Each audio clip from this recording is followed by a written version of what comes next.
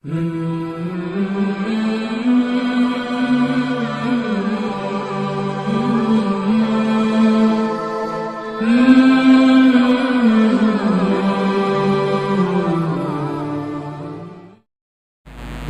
علی عبادہ الذین اصطفیٰ اما بعد۔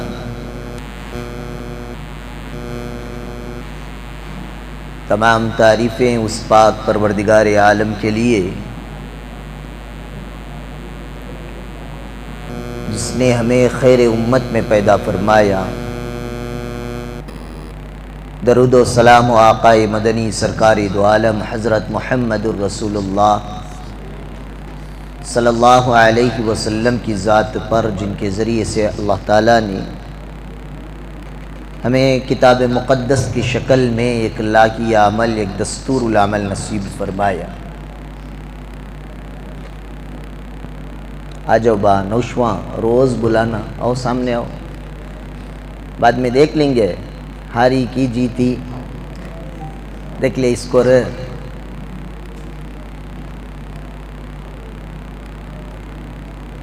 نماز سلام پھیرتے ہی موبائل دیکھتی ہوں ذرا جنے کیا کہ میسیج آتا ہے، اللہ تمہاری نماز قبول کر لیا کر کو، ایسا دیکھتی سلام پھر اس ٹائم پہ وہاں بلو لائٹاں جل رہی۔ بعد میں یاد آیا مجھے ریاض بھائی کو دیکھ کو، ہمارے آج فائنل میچ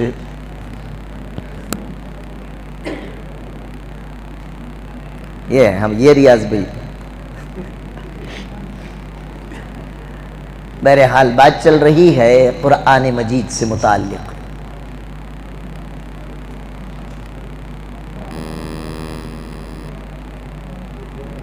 حضور اکرم صلی اللہ علیہ وسلم کی مکی زندگی میں حضور اکرم صلی اللہ علیہ وسلم جب راتوں میں قرآن مجید پڑھتے تو دشمن ابو لہب، ابو سفیان، عتبہ، عتیبہ، ابو جہل، جو حضور صلی اللہ علیہ وسلم کے لائے ہوئے دین کو تو مانتے نہیں تھے، لیکن حضور صلی اللہ علیہ وسلم جب رات میں قرآن پڑھتے تو چوری چھپی آ کر اندھیرے میں خاموش سنتے تھے۔ آج تمہیں سنو گا تو بھی ہمیں سنتے نہیں، لیکن قرآن میں ایک وہ تاثیر ہے۔ سیرت کی کتابوں میں لکھا ہے ایک دن ابو سفیان، ابو لہب، حضرت عمر ایمان نہیں لائے تھے اس دن، اس کے بعد ایمان لائے، یہ تینوں مل کر اندھیرے میں حضور صلی اللہ علیہ وسلم کا قرآن سنتے سنتے سنتے ایک دوسرے سے ٹکرا گئے۔ انہیں ان کو دیکھ کو پریشان، انہیں ان کو دیکھ کو پریشان، کیا رہے دن بھر تو دیکھے تو ان کے خلاف بولتا ہے، تو رات کو ان کا قرآن سننے آ گئے، ہوتا ہے نہیں؟ میدان میں اترے تو بی جے پی کانگریس کو گالیاں دیتی ہے، کانگریس جنتا دل کو گالیاں دیتی ہے، جنتا دل دو جنیوں کو بھی گالیاں دیتی ہے، پارلیمنٹ میں سب بھی کینٹین میں بیٹھ جا کو مزے لے لے کو، پکوڑے کھا لے کو، چائیں پیتے رہتی۔ ایسے مکۃ المکرمہ میں بھی ایسے ہی ایک دن واقعہ پیش آیا۔ حضرت عمر اپنے ایمان لانے کے بعد اپنا قصہ بیان کرتے، حضور صلی اللہ علیہ وسلم ایک دن نماز میں سورہ حاقہ پڑھ رہے تھے۔ الحاقہ ملحاقہ وما ادراک ملحاقہ کذب ثمود وعاد بالقاریہ فاما ثمود فاہلکوا بالطاغیہ۔ اخیر میں اس سورہ حاقہ کی ردیف اور قافیہ بندی والا سورہ ہے، یعنی شعر و شاعر اگر جب اس صورت کو دیکھتا ہے تو وہ بھی مجبور ہو جاتا ہے کہ خدا کی قسم یہ انسان کا کلام نہیں ہو سکتا۔ اس طرح سے اللہ تعالیٰ نے الفاظ کو ایک ہی وزن میں ڈھالا ہے۔ حضور صلی اللہ علیہ وسلم جب یہ پڑھ رہے تھے تو حضرت عمر کہتے ہیں میں سنتا گیا، حلق عنی سلطانیہ خذوہ فغلوا ثم الجحیم صلوا ثم فی سلسلۃ ذرعها 70 ذراعا فاسلکوا۔ تو میرے دل میں خیال آیا وما هو بقول شاعر قلیلا ما تؤمنون ولا بقول کاہن قلیلا ما تذکرون. جب یہ پڑھ رہے تھے حضرت عمر کہہ رہے ہیں کہ میں سنتے سنتے میرے دل میں خیال آیا کیسی شاعری کرتا ہے محمد. تو حضور صلی اللہ علیہ وسلم نے جیسے ان کے دل میں خیال آیا اس کے بعد کی آیت پڑھے وما هو بقول شاعر، کہ یہ کسی شاعر کا قول نہیں ہے. فوراً حضرت عمر کہتے ہیں میرے دماغ میں خیال آیا کتنا بڑا جادوگر ہے، میں یہاں سوچ رہا ہوں اس کو پتہ چل گیا. اس کے بعد کی آیت فوراً حضور نے پڑھی وما هو بقول کاہن، یعنی یہ کسی کاہن کا بھی قول نہیں ہے، کسی جادوگر کا بھی قول نہیں ہے، بلکہ کس کا ہے؟ وما هو بقول کاہن قلیلا ما تذکرون تنزیل من رب العالمین. فوراً قرآن نے کہا کہ یہ رب العالمین کی طرف سے اترنے والا قرآن. حضرت عمر کہتے ہیں اس دن کے بعد سے میرے دل میں حضور اکرم صلی اللہ علیہ وسلم کے متعلق جو دشمنی تھی وہ کم ہو گئی. اس کے 2-3 دن بعد اللہ کے نبی صلی اللہ علیہ وسلم نے عشاء کے بعد ہاتھ اٹھا کر دعا فرمائی، اے اللہ اس تیرے دین کو عمر ابن الخطاب یا عمرو ابن ہشام کے ذریعے سے تقویت عطا فرما. عمرو ابن ہشام ابو جہل کا نام تھا، ابو جہل اس کی کنیت. ہم ہندوستانیوں کو کنیت معلوم نہیں ہوتا، ایک نام ہوتا ہے عربوں میں، ایک کنیت ہوتی ہے. جیسے جس امام کی میں اور آپ تقلید کرتے ہیں مشہور ہیں، وہ ان کا نام کیا؟ ابو حنیفہ، یہ ان کی کنیت ہے، لیکن نام ہے ان کا نعمان ابن ثابت. اسی طرح سب سے زیادہ جس صحابی کی حدیث میں اور آپ سنتے ہیں حضرت ابو ہریرہ، یہ ان کی کنیت ہے، لیکن نام تھا ان کا حضرت عبداللہ. سب سے پہلے خلیفہ جن کا نام کیا ہے؟ حضرت ابو بکر، یہ ان کی کنیت ہے، لیکن ان کا اصل میں نام تھا کیا نام؟ نہیں معلوم نہیں. حضرت ابو بکر کا نام بھی عبداللہ تھا. اکثر صحابہ کا نام عبداللہ. تو ایسے ہی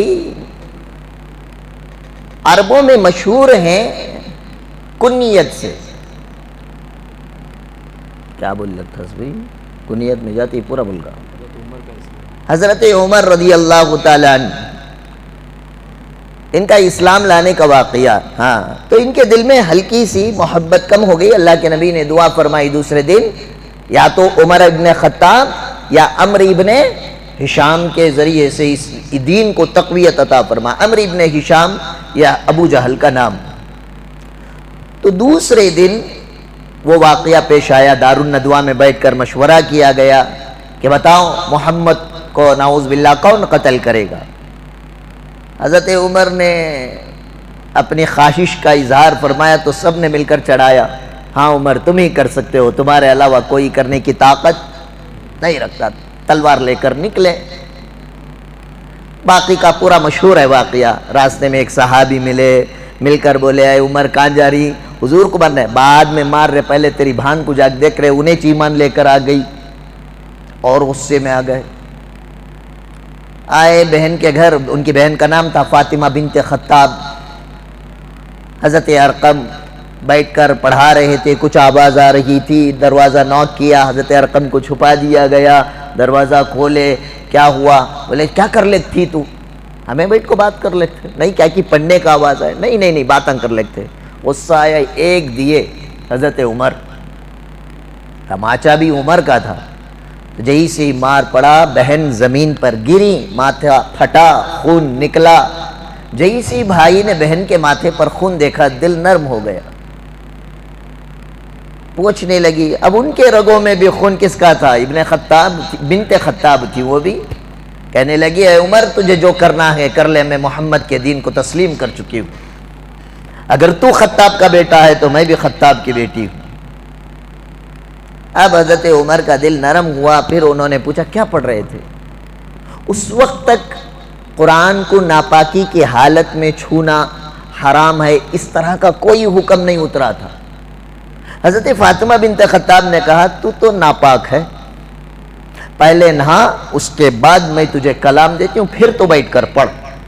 حضرت عمر غسل کرے بہن کے گھر، پھر اس وقت میں قرآن کتاب کی شکل میں نہیں، اوراق پیجز تھے، کچھ کپڑے میں لکھا، کچھ تختیوں میں لکھا، کچھ پتوں پر لکھا، کچھ پتھروں پر لکھا ہوا ہوتا تھا۔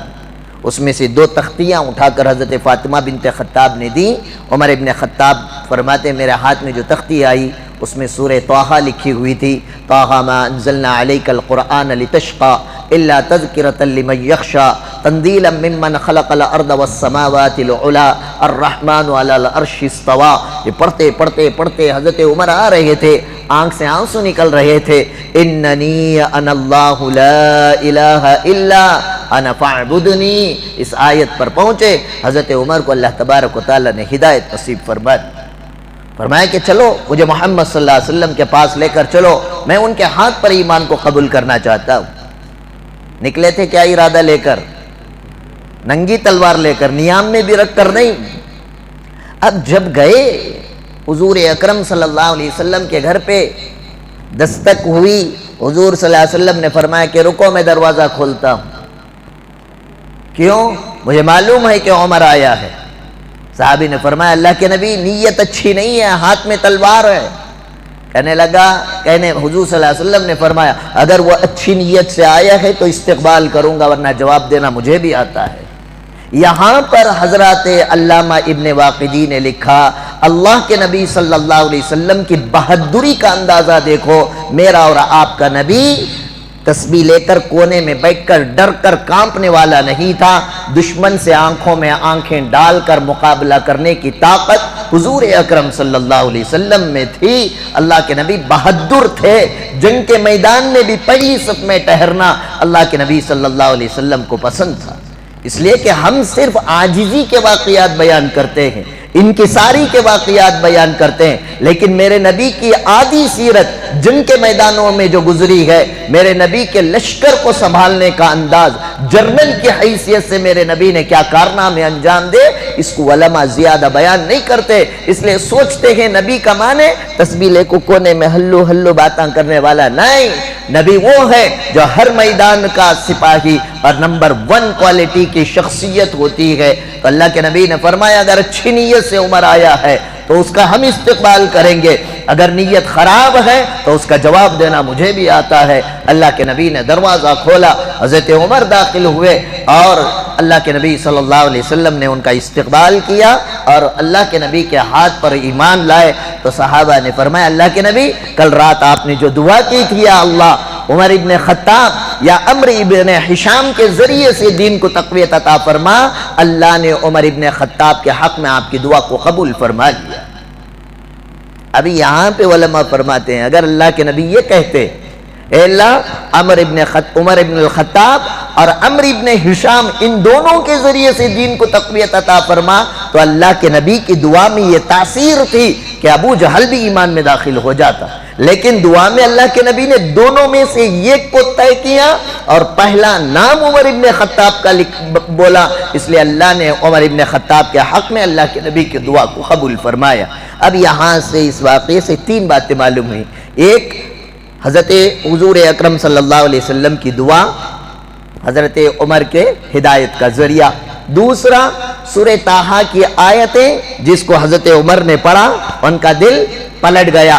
تیسرا، جو رات میں چھپ کر قرآن مجید سورہ حاقہ کی آیتیں پڑھی تھی، وہ جو پہلا اثر حضرت عمر کے دل میں چھوڑا۔ تو غرض یہ ہے حضرات علماء نے لکھا عمر ابن خطاب کو جہالت کی تاریکی سے نکال کر ایمان کی روشنی میں لانے والی کوئی ذات تھی تو وہ یقیناً اللہ کے کلام کی مقدس آیتیں تھیں، جن آیتوں کے ترجمے کو پڑھ کر سن کر سمجھ کر حضرت عمر رضی اللہ تعالی عنہ جو قتل کے ارادے سے نکلے تھے وہ داعی اسلام بن گئے، وہ مبلغ دین بن گئے، اور اللہ تعالیٰ نے اس قرآن کے ذریعے سے حضرت عمر کے مقام کو اتنا اونچا کیا، اتنا اونچا کیا۔ حضرت عمر خود ارشاد فرماتے ہیں حج کے موقع پر نکلے، مدینے سے مکہ جاتے ہوئے ایک وادی آئی، ایک سنگلاخ علاقہ آیا، حضرت عمر وہاں پر ٹہر کر رخ کو موڑ کر سارے صحابہ پیچھے ٹہرے ہیں. حضرت عمر زارو قطار رو رو کر دعا کر رہے تھے. پیچھے سے صحابہ نے فرمایا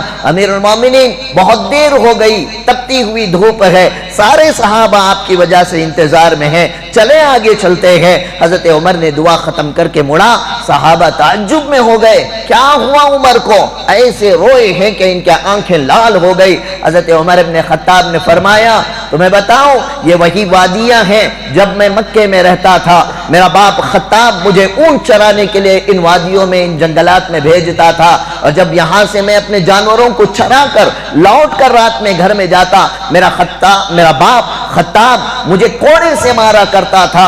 اے عمر تجھے تو گائے بیل بکریاں اور جانور کو چرانا نہیں آتا, اونٹوں کو چرانا نہیں آتا, تیری زندگی کا کیا ہوگا. آج میں اللہ کا شکر ادا کر رہا ہوں اس جگہ پر کھڑے ہو کر. ایک وہ دور تھا کہ میرا باپ مجھے مارتا تھا کہ تجھے جانور چرانا نہیں آتا. اللہ کے کلام نے, نبی کی صحبت نے مجھے اس طرح بنا دیا ہے کہ آج میں 22 لاکھ مربع میل پر حکومت کر رہا ہوں.